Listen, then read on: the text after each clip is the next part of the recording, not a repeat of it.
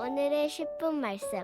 에베소서의 배경 세 가지 특징을 다시 한번 나눕니다. 첫 번째, 한 교회의 문제가 아닌 보편적인 내용, 하지만 매우 중요한 복음을 다룬 서신서입니다. 그래서 에베소서 전반부 1장서부터 3장까지는 복음은 무엇인가에 대해 다룹니다. 그리고 후반부 4장서부터 6장은 실질적인 복음의 능력 그리고 적용 부분을 다루고 있습니다.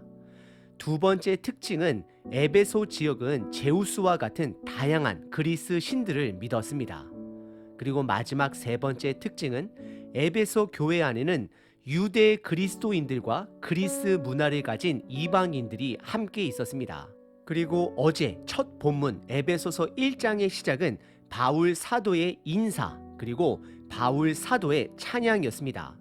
바울 사도는 신령한 복을 주신 하나님을 찬양합니다.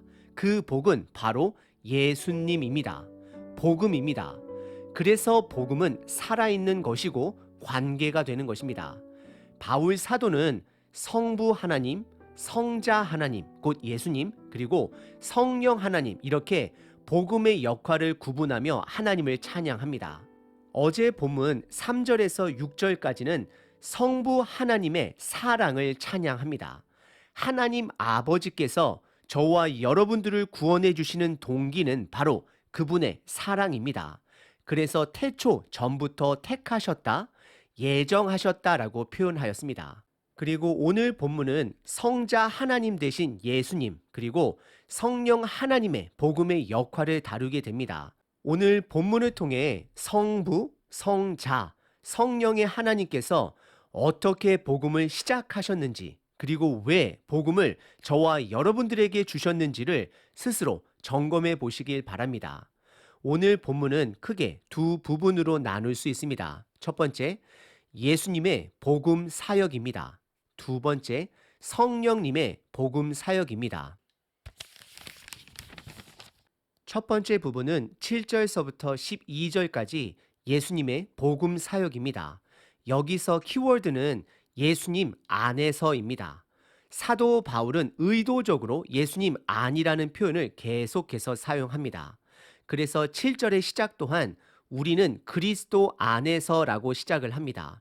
잠시 여기서 7절의 우리와 13절의 너희도라는 인칭 표현을 정리하겠습니다.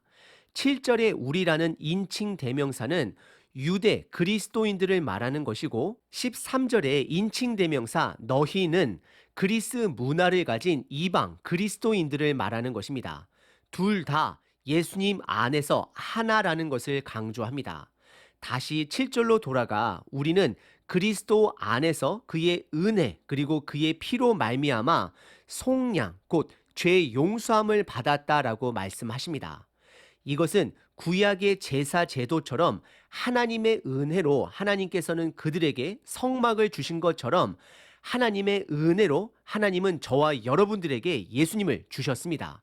그리고 성막 안에 번제단에 드려지는 희생 동물은 예수님의 십자가의 희생과 연결이 되는 것이고 그것으로 말미암아 죄 용서함을 받았다라고 말씀하시는 것입니다. 그리고 이어지는 8절은 복음으로 인해 우리가 받은 지혜, 그리고 9절은 복음의 방식, 그리고 10절은 복음의 목적을 말씀하고 있습니다. 8절에 복음으로 인해 우리가 받은 것은 모든 지혜와 총명을 넘치게 받았다. 즉 예수님께서 주셨다라고 말씀하십니다. 이것은 복음으로 이 땅을 살아가는데 통찰력과 분별력으로 살아갈 수 있는 삶의 지혜를 이미 주신 것을 말씀하시는 것입니다. 그리고 9절에 복음의 방식은 예수님 안에서 때가 찬 경륜을 위해 예정하신 것이다 라고 말씀을 하십니다. 좀 어려울 수 있는데요. 이것은 사람의 지식이나 사람의 방법이 아닌 예수님의 주권 아래 그분의 때와 방법으로 삶을 깨달아감을 말씀하고 있습니다. 간단하게 표현하자면 예수님과의 동행이 되는 것입니다. 그리고 10절에 복음의 목적은 그리스도 안에서 통일되는 것이다 라고 말씀하십니다. 이것은 예수님으로 시작된 하나님의 나라 그리고 예수님의 두 번째 오심으로 완성될 그 나라를 말씀하는 것입니다. 결국 이 모든 세상은 예수님 안에서 하나가 될 것입니다. 다시 한번 정리해 보면 8절에 예수님은 넘치는 지혜를 저와 여러분들에게 제공하셔서 이 땅을 거룩하게 살아갈 수 있도록 하셨습니다. 그리고 9절, 그 과정은 예수님의 주권 아래 그분의 때와 방법으로 그분의 뜻이 이루어질 것입니다. 그리고 10절에 복음의 목적은 예수님 안에서 그분의 나라를 이루어가기 위함인 것입니다. 그래서 이어지는 11절에서는 하나님의 주권과 우리가 하나님의 소유가 됨을 말씀하십니다. 11절입니다. 모든 일을 그의 뜻에 결정대로 일하시는 이의 계획을 따라 우리가 예정을 입어 그 안에서 기업이 되었으니라고 말씀하십니다. 결국 하나님의 주권으로 하나님의 소유가 되었음을 강조하고 있습니다. 그리고 12절은 다시 한번 예수님의 복음 사역의 목적을 알려줍니다. 그것은 복음의 은혜를 깨달은 자들이 하나님께 영광과 찬양하기 위함이다 말씀하십니다. 오늘 본문의 첫 번째 부분은 성부, 성자, 성령님의 복음의 역할 중에 예수님의 복음의 역할을 드러내었습니다. 그것은 5가지로 요약할 수 있습니다. 첫 번째, 예수님의 대신 죽어주심. 두 번째, 복음의 삶을 살아갈 수 있도록 지혜를 제공하심. 세 번째, 예수님의 주권. 네 번째, 예수님 안에서의 통일. 마지막 5번째, 하나님을 찬양하기 위함이다 말씀하십니다. 두 번째 부분은 13절과 14절, 성령님의 복음의 역할입니다. 13절에 성령으로 인치심을 받는다라고 말씀합니다. 성령님의 역할은 인을 쳐주시는 것입니다. 그 당시 인친다라는 표현은 간단하게 표현하자면 도장을 찍는 것을 말하고 있습니다. 그 당시 인침의 의미는 크게 4가지입니다. 첫 번째는 보완의 의미가 있습니다. 두 번째는 무언가를 인증하기 위해 인을 칩니다. 세 번째는 진정성을 증명합니다. 마지막 4번째는 소유권을 말합니다. 성령으로 인치심은 예수님을 믿어 하나님의 자녀가 되었음을, 즉 하나님의 소유가 되었음을 인친다라는 것입니다. 13절에 보시면 다시 한번 예수님 안에서라는 표현, 그 안에서라는 표현이 등장합니다. 그리고 너희도라는 인칭 대명사가 등장하는데 이것은 다시 한번 말씀드리면 이방 그리스도인들을 말하는 것입니다. 결국 7절에 우리 인칭 대명사인 유대 그리스도인들과 이방 그리스도인들 모두 예수님 안에서 하나가 됨을 강조하는 것입니다. 그래서 이방 그리스도인들도 진리의 말씀, 즉 복음을 듣고 그리고 예수님 안에서 믿어 약속의 성령으로 인치심을 받았다라고 말씀합니다. 이것은 유대인이나 이방인이나 누구든지 복음을 믿으면 회심을 하면 그 순간 성령님으로 인침을 받는다. 즉 하나님의 소유가 된다. 하나님의 백성이 됨을 말씀하고 있습니다.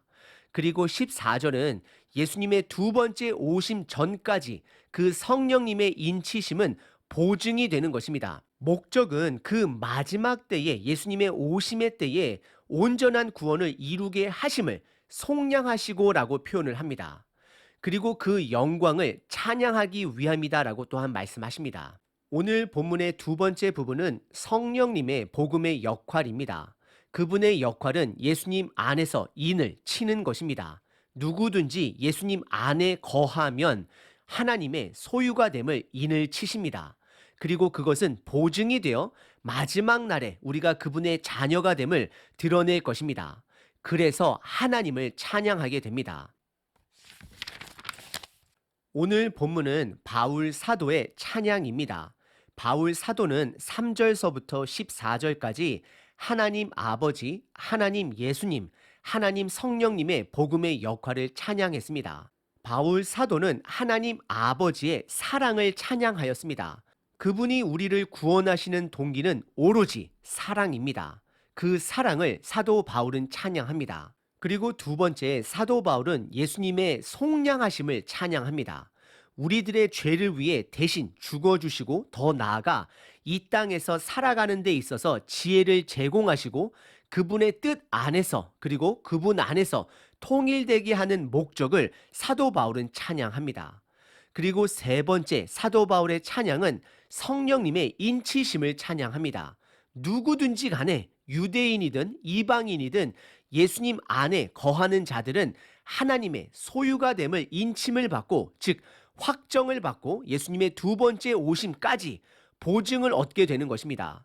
오늘 본문이 말하는 복음은 일시적인 한 사건을 말하고 있지 않습니다.